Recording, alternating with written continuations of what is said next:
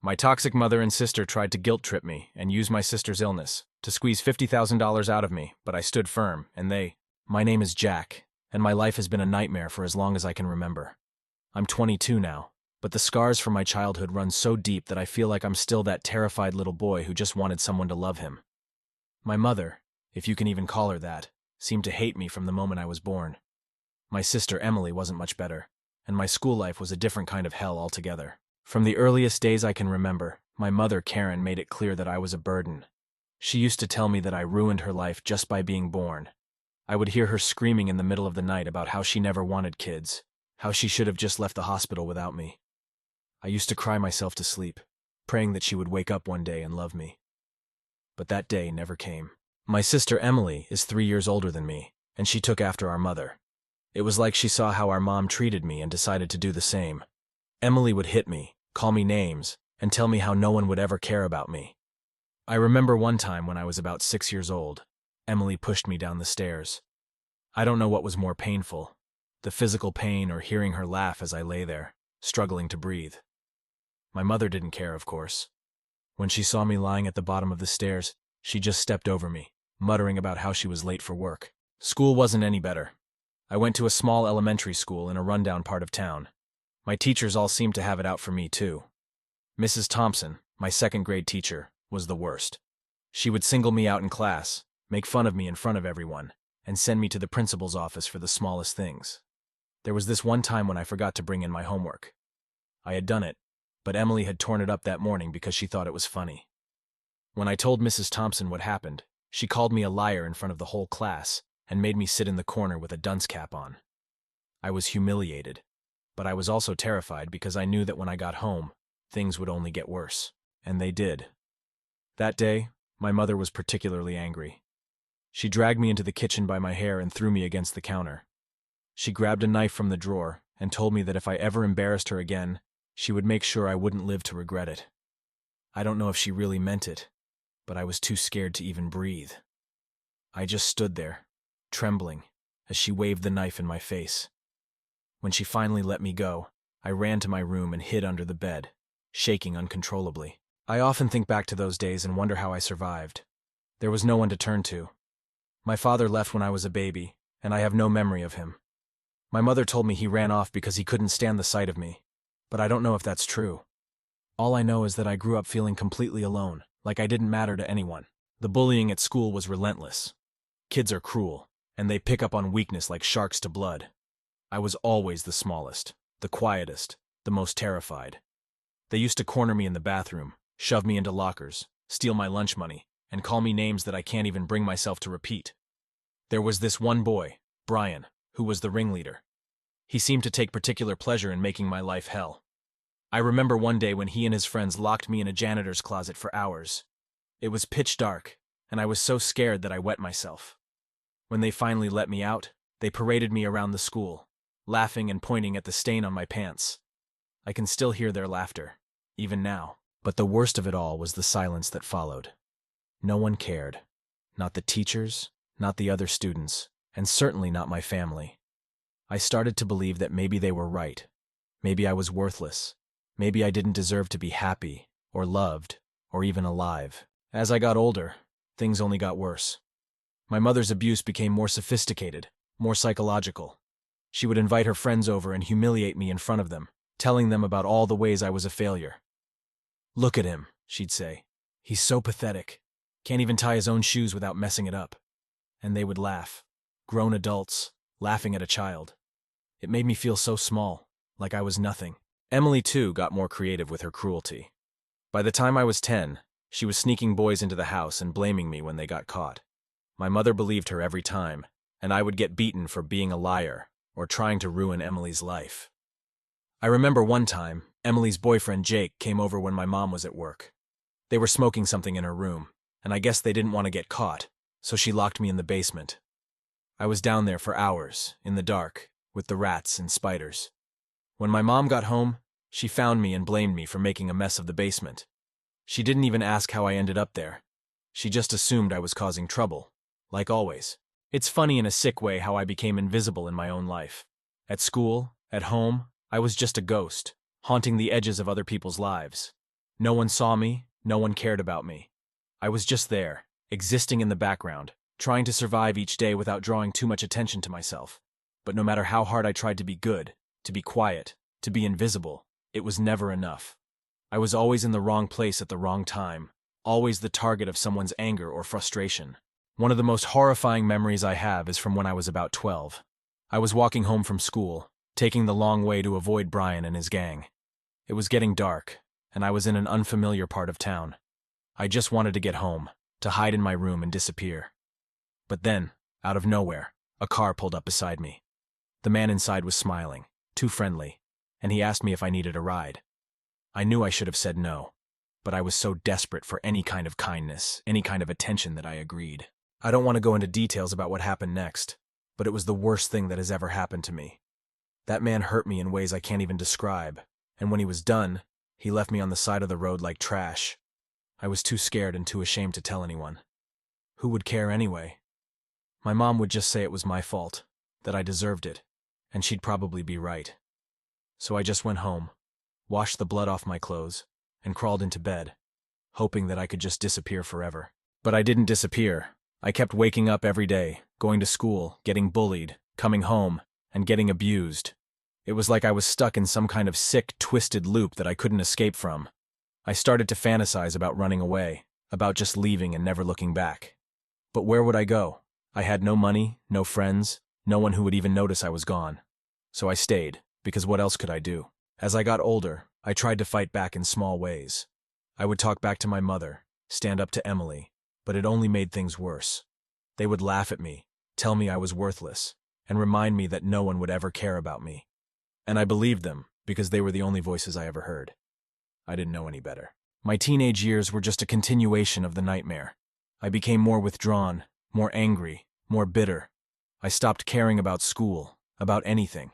I started skipping classes, wandering the streets, getting into trouble. It was like I was trying to destroy myself before anyone else could. I started drinking, smoking, doing anything I could to numb the pain, to drown out the voices in my head that told me I was nothing. I tried to reach out for help once. I went to the school counselor, Mrs. Harper, and told her that I was being abused at home. I thought maybe, just maybe, someone would finally care, someone would finally help me. But she didn't believe me. She called my mother, who came down to the school and made a scene, crying and telling everyone how I was a troubled child who made up lies for attention. Mrs. Harper believed her, of course, and I was sent home with a stern warning to stop causing trouble. That night, my mother beat me so badly that I couldn't go to school for a week. She told everyone that I had the flu, but the truth was, I could barely move without screaming in pain. I think that was the moment I gave up. I stopped hoping for anything to get better, stopped believing that anyone would ever help me. I was on my own, and that was that. The years that followed are a blur. More abuse, more bullying, more loneliness. It's all just one long, dark memory that I wish I could forget. Now, here I am, 22 years old, and I'm still haunted by those years. I don't know how to move on, how to let go of the past. I don't even know if I can. All I know is that I'm tired. Tired of being afraid, tired of being angry, tired of feeling like I'm nothing. I don't know if writing this will help, but I guess it's worth a try. It's strange how life can turn on a dime. One moment, you're suffocating under the weight of everything that's gone wrong, and the next, something happens that changes everything. I'm not going to lie, I never thought I'd make it this far. After everything I went through, I figured I'd be dead by 25, either by my own hand or because of the lifestyle I was living. But here I am, writing this post at 22, having finally found a way to escape the nightmare that was my life. It wasn't easy, and it didn't happen overnight.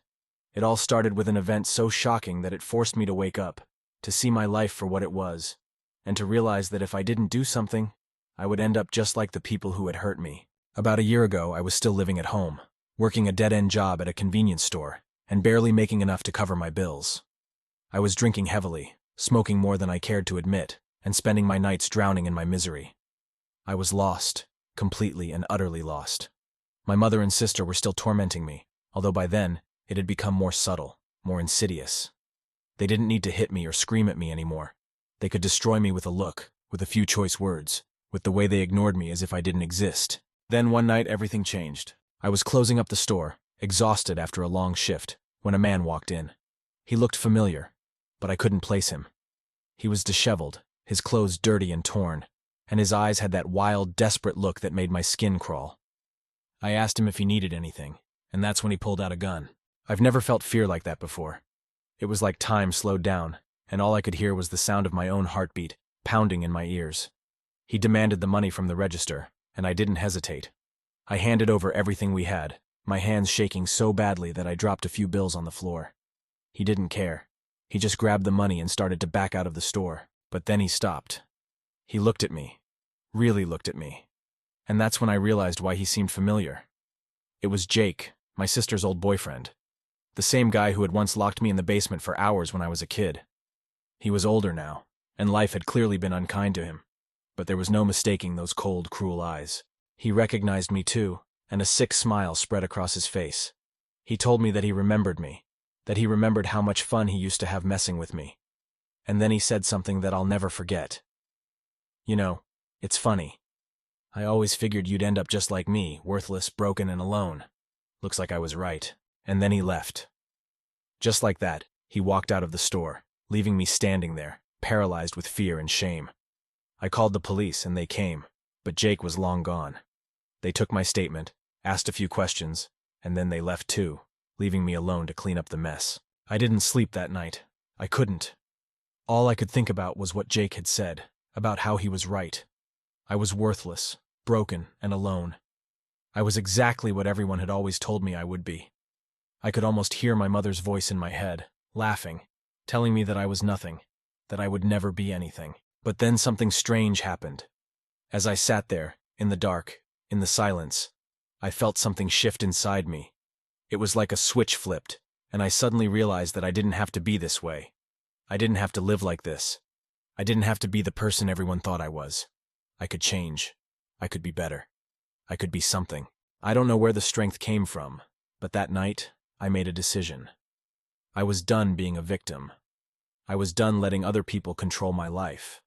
I was going to take back my power, take back my life, and make something of myself, no matter what it took.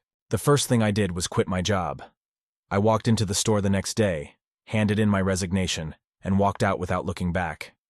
I didn't have a plan, didn't know what I was going to do, but I knew that staying there was not an option. I spent the next few weeks applying for every job I could find, anything that would get me out of that house, out of that town, and away from the people who had destroyed me. And then, by some miracle, I landed a job at a tech company in the city. It wasn't anything glamorous. I started in the mailroom, sorting packages and running errands, but it was something. It was a start. It was my ticket out. I threw myself into my work, determined to prove to myself that I could be more, that I could be better. I worked harder than I ever had in my life, staying late, coming in on weekends, doing whatever it took to make a good impression. And it paid off. Within a few months, I was promoted to an entry-level position in the IT department. It wasn't much, but it was more than I had ever hoped for. For the first time in my life, I felt like I was good at something. I felt like I had a purpose, like I was worth something. I started taking online courses, learning everything I could about computers and technology. I spent every spare moment studying, practicing, honing my skills. I wasn't going to let this opportunity slip through my fingers. And then, about a year after I started, something incredible happened. One of the senior IT managers took notice of me. His name was Tom, and he saw something in me that no one else ever had. He became my mentor, teaching me everything he knew, pushing me to be better, to aim higher. Under his guidance, I flourished. I started taking on more responsibilities, leading small projects, and before long, I was promoted again, this time to a full-time IT specialist. It was like a dream come true. I was finally doing something I loved, something I was good at, and I was getting paid well for it. For the first time in my life, I had money in my pocket, a roof over my head, and a future that didn't terrify me. But even as my career took off, I knew there was one more thing I needed to do. I needed to cut ties with my family, once and for all. They were a poison in my life, a constant reminder of everything I had been through, of everything I had worked so hard to escape. I knew that if I didn't break free from them, I would never be able to fully move on. So I did it. I blocked their numbers, deleted them from social media, and moved to a new apartment in the city, one that they didn't know about. I stopped answering their calls, stopped responding to their messages, stopped letting them control my life. It was hard, harder than I thought it would be. There were times when I felt guilty, when I wondered if I was being too harsh, too unforgiving. But then, I would remember all the things they had done to me, all the ways they had hurt me, and I knew that I was doing the right thing. The last time I spoke to my mother, she told me that I was a terrible son, that I was ungrateful, that I would never amount to anything without her. I didn't respond. I just hung up the phone and blocked her number. It felt like a weight had been lifted off my shoulders. For the first time in my life, I was free. I wish I could say that cutting ties with my family made everything better, that it fixed all my problems. But that's not how life works. I still struggle every day with the memories, with the trauma, with the voices in my head that tell me I'm not good enough. But I'm learning to drown them out, to replace them with new voices, with new thoughts, with the knowledge that I am strong, that I am capable, that I am worth something. My career has continued to grow since then. I've been promoted twice more, and I'm now a project manager, leading a team of IT specialists on some pretty big projects. I've made friends, real friends, who support me, who care about me, who see me for who I am, not who I used to be. I've started going to therapy, working through all the pain, all the anger, all the fear that has been building up inside me for so long. It's not easy, but it's worth it. Looking back, I can't believe how far I've come. I used to think that I was destined to be nothing, to live a life of misery and pain. But now, I see that I was wrong. I was never worthless. I was never broken. I was just a kid who was hurt, who was scared, who didn't know how to fight back. But now I do. Now I know that I am strong, that I am capable, that I am worth something. I still have a long way to go. There are days when I feel like I'm back at square one, when the memories come flooding back, when the fear and the pain threaten to overwhelm me. But I'm not that scared. Little boy anymore. I'm not the victim. I'm not the ghost haunting the edges of other people's lives. I'm Jack, and I'm living my own life, on my own terms. I don't know if anyone out there is going through something similar, but if you are, I want you to know that it's possible to escape. It's possible to take back your life, to rebuild yourself, to become someone new. It's not easy, and it's not quick, but it's possible. You don't have to be the person other people say you are. You can be whoever you want to be. You just have to believe in yourself, and you have to be willing to fight for it.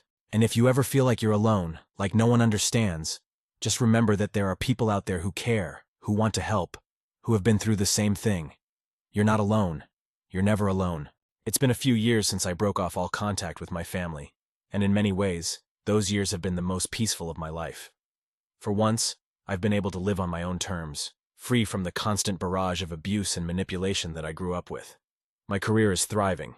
I've built a solid support network, and I'm finally beginning to feel like I've put my past behind me. It happened on a rainy Tuesday afternoon, one of those dreary gray days that make you want to curl up with a book and forget the world exists.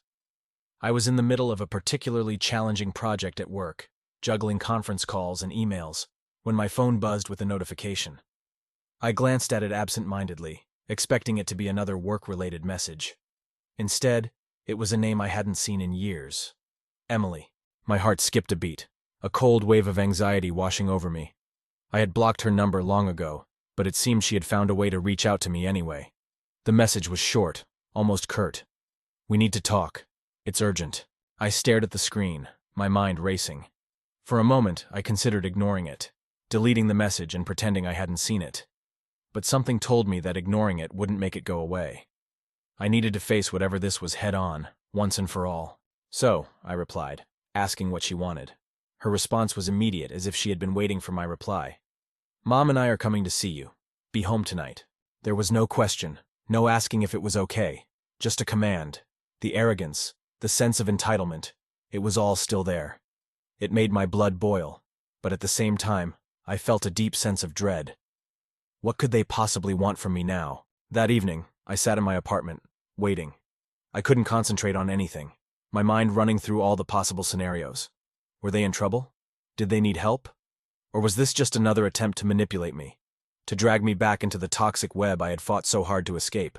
When the doorbell finally rang, I felt a knot of tension tighten in my chest. I took a deep breath, steeling myself for whatever was about to happen, and opened the door. There they were, standing in the hallway, my mother, Karen, and my sister Emily. Time hadn't been kind to either of them. Karen looked older than her years, her face lined with deep wrinkles, her hair a dull, lifeless gray.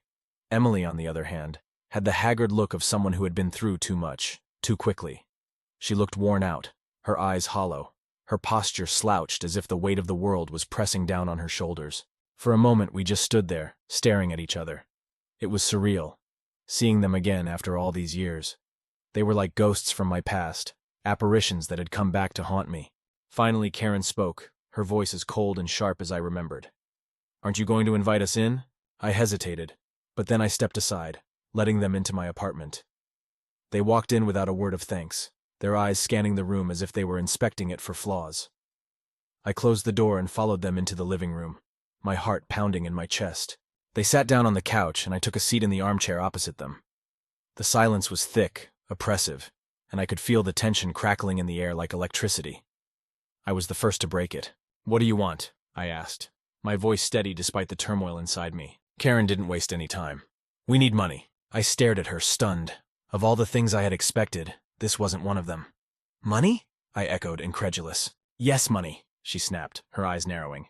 $50,000 to be exact. I couldn't believe what I was hearing. After everything they had put me through, after all the years of torment and abuse, they had the audacity to come to me and ask for money? I felt a surge of anger rising inside me, but I forced it down, keeping my expression neutral. "And why would I give you $50,000? I asked, my voice cold. Emily, who had been silent until now, finally spoke up. Her voice was softer, almost pleading. "We're in trouble, Jack. We've run into some financial issues, and we need your help. You're the only one who can help us." I almost laughed at the absurdity of it all. "Financial issues?" I repeated. "You're asking me for $50,000 because you've run into financial issues? What kind of issues exactly?" Karen shifted in her seat, her face hardening. "That's none of your business. All you need to know is that we need the money, and you're going to give it to us." I felt my jaw clench. The arrogance, the entitlement. It was all still there, as if nothing had changed. They still thought they could control me, that they could manipulate me into doing whatever they wanted. But they were wrong. I wasn't the same scared little boy they used to torment. I was done being their victim. "No," I said firmly. Both of them stared at me, clearly not expecting that response. Karen's face twisted with anger while Emily's eyes filled with desperation. "What do you mean, no?" Karen demanded. "We're your family. You owe us." "Owe you?" I repeated, my voice rising. "I don't owe you anything. After everything you put me through, you really think I'm just going to hand over $50,000? You must be out of your mind." For a moment I thought Karen might actually hit me. Her face turned red, her hands clenched into fists, and she leaned forward as if she was about to lunge at me. But then, just as quickly, she seemed to regain control, sitting back with a sneer on her face. "You always were ungrateful," she hissed. "We gave you everything, and this is how you repay us?" I could feel my anger bubbling up to the surface, but I kept it in check. "You gave me everything? What exactly did you give me, Karen? A childhood filled with fear and abuse? A life where I was constantly told I was worthless? Where I was treated like nothing? If that's what you call giving me everything, then no, I don't owe you anything." Emily tried to intervene, her voice shaking. "Jack, please, we're desperate. We don't have anywhere else to turn." I looked at her, feeling a pang of something, pity maybe, or perhaps just sadness for what she had become. But that pity didn't change the fact that I couldn't help them. Not after everything they had done. "I'm sorry, Emily," I said, my voice softer now. "But I can't help you. I've spent too long trying to put my life back together, and I can't go back to being that person you all made me into. I won't do it." The room fell silent again, the tension so thick it was almost suffocating. I could see the realization dawning in their eyes, the understanding that I wasn't going to give in this time. But then, just when I thought they might actually leave, something happened that I never could have predicted. Karen reached into her bag and pulled out a stack of papers, slamming them down on the coffee table in front of me. "Maybe this will change your mind," she said, her voice dripping with malice. I picked up the papers, my heart pounding as I started to read. It was a medical report, filled with jargon and numbers that I didn't fully understand. But as I read through it, one word jumped out at me, sending a chill down my spine. Cancer. I looked up at Karen, my mind reeling. "What is this?" I asked, my voice barely above a whisper. Karen's expression was unreadable. "It's Emily's diagnosis. Stage 4. She doesn't have long." I felt like the floor had dropped out from under me. I looked over at Emily, who was staring at the ground, her face pale and drawn. Suddenly everything made sense, the desperation in her eyes, the reason they had come to me for money. But even as the realization sank in, I couldn't shake the feeling that something wasn't right. "Why didn't you tell me?" I asked, my voice trembling. Emily finally looked up, tears welling in her eyes. "We didn't know how," she said, her voice cracking. "We've been so horrible to you, Jack. We didn't think you'd care." And there it was, the truth, laid bare in front of me. They were scared, desperate, and they had come to me because they had no one else. But even as the pity welled up inside me, so did the anger. They had hurt me in ways I was still trying to recover from, and now they were asking for my help. It was almost too much to process. But then, something else caught my eye. Something in the medical report that didn't add up. I looked closer, scanning the lines of text until I found it. The date. The report was dated almost a year ago. I looked up at them, my heart pounding in my chest. "This report is old," I said, my voice cold. "Why are you showing this to me now?" For the first time, Emily couldn't meet my eyes. She looked away, her face flushed with shame. Karen, on the other hand, didn't miss a beat. "It doesn't matter how old it is," she snapped. "What matters is that we need the money now." I felt like I had been punched in the gut. "So this isn't about Emily's cancer," I said slowly, the pieces falling into place. "This is about money. That's all it's ever been about." Emily started to cry, her shoulders shaking with sobs, but I couldn't bring myself to comfort her. The betrayal cut too deep. Karen just stared at me, her eyes cold and calculating. "We didn't have a choice," she said, her voice devoid of any emotion. "We're in debt. We're about to lose everything. We need that money, and you're the only one who can give it to us." I couldn't believe what I was hearing.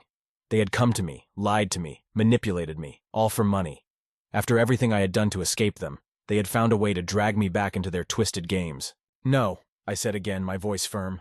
"I won't do it. I'm not giving you a cent." Karen's face twisted with rage. "You ungrateful little bastard," she spat. "After everything we've done for you, this is how you repay us?" I stood up, my hands shaking with anger. "You haven't done anything for me," I said, my voice trembling with fury. "All you've ever done is hurt me, and now you expect me to save you? No, I'm done. Get out." For a moment, I thought Karen might actually attack me. Her eyes were wild with anger, her hands clenched into fists. But then she seemed to deflate, her shoulders slumping as the fight went out of her. "Come on, Emily," she said, her voice bitter. "We're leaving." But Emily didn't move. She just sat there, crying silently, her face buried in her hands. I felt a pang of something. Maybe pity, maybe regret. But I knew I couldn't help her. Not this time. "Emily!" Karen snapped, her voice sharp. "Get up, we're leaving!" But Emily still didn't move. She was sobbing uncontrollably now, her whole body shaking with the force of it. I didn't know what to do, how to feel. Part of me wanted to comfort her, to tell her that everything would be okay. But the other part of me, the part that remembered all the pain, all the suffering, couldn't do it. Karen finally grabbed Emily by the arm, yanking her to her feet. Emily let out a cry of pain, but Karen didn't seem to care. She dragged her to the door, throwing one last venomous look at me before storming out, slamming the door behind her. I stood there for a long time, staring at the door, trying to process what had just happened. I felt numb, like I was in shock. My own family had tried to manipulate me, to use me for money, and when I didn't give them what they wanted, they had turned on me without a second thought. The realization hit me like a ton of bricks. I had done the right thing. For once in my life, I had stood up for myself, refused to be a victim, and protected myself from the people who had hurt me. It was a bittersweet victory, but it was a victory nonetheless. I took a deep breath, trying to steady myself. I knew I had made the right choice, but that didn't make it any easier. My heart ached for what could have been, for the family I had always wanted but never had. But I also knew that I couldn't let that pain define me. I had to keep moving forward, keep building the life I had fought so hard to create. As I sat back down, my mind was still reeling from the events of the day. But deep down, I knew that I had finally taken control of my life, that I had finally broken free from the chains of my past. And no matter what happened next, I was determined to keep moving forward, to keep building a future that was truly mine. And with that thought, I knew I would be okay.